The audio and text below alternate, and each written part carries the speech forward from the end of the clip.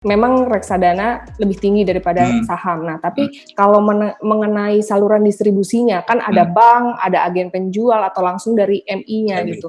Nah, kalau menurut Mas Chandra, yang mana yang paling luas atau yang paling efektif menjangkau investor reksadana di Indonesia ini? Mungkin yang sedikit cerita gitu ya. Waktu saya kerja di bank, kita compare, dulu tuh belum ada tuh yang namanya fintech, itu ya dengan mudahnya transaksi. Kalau kita berkaca ke bank, sekarang bank juga akan mengembangkan digital ya. Contoh gitu, dulu itu memang selalu menggunakan manual. Jadi apa-apa tuh nasabah harus datang, harus tanda tangan gitu ya, harus submit. Nah, ini akan menjadi bottleneck dari sisi bank. Jadi kalau saya melihat nih, ke depannya bank akan goes to digital. Nah, kalau ditanya saluran distribusi, yang paling menarik sebenarnya adalah yang memudahkan orang itu untuk melakukan transaksi. Which is kalau kita lihat perkembangan fintech, mungkin dari Pak Reksa yang lebih ini ya, tapi kalau melihat perkembangan fintech yang ada, itu semuanya memberikan solusi yang menarik, and then memberikan kemudahan. Jadi intinya ini orang-orang, apalagi kalau kita berbicara milenial ya, yang orangnya mungkin sibuk banget, dan pasti dia nggak mau repot, pasti dia nggak mau ribet, dia mau sesimpel mungkin dia akan melakukan itu. Nah, kalau saya melihat ke depannya, saluran distribusi yang akan memberikan dampak signifikan adalah dari sisi apet, tapi yang berbasis dengan fintech.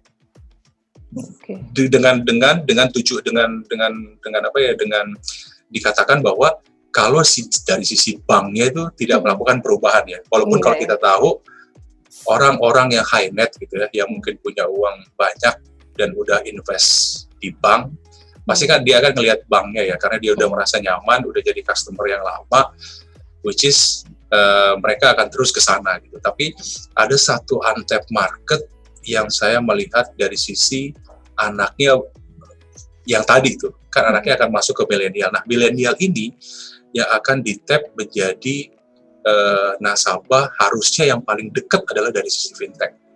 Oke, itu berbicara soal milenial ini ya. Iya, kalau benar.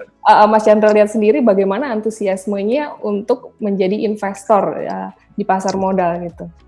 Nah, kebetulan sekali ini kita mau sharing aja. Kemarin kita di tahun lalu kita pernah keliling ke beberapa university.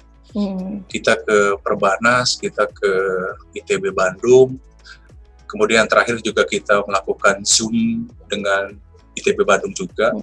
Dan ternyata animonya itu mereka sekarang lebih berani ya, dibandingin kalau saya berkata zaman saya dulu, kalau kita kan udah kolonial, kalau saya kalau Mbak Hanum mungkin masih milenial gitu ya.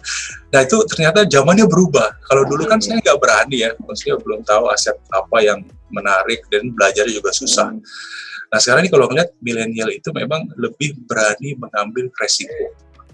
Walaupun memang dia belum tahu dampak ke depannya gitu. Tapi kalau melihat mereka kemarin berbicara atau sharing sama kita, mereka tuh lebih ngelihat dari sisi fundamentalnya yang baik. Makanya dia berani untuk beli. Tapi kenapa ke saham?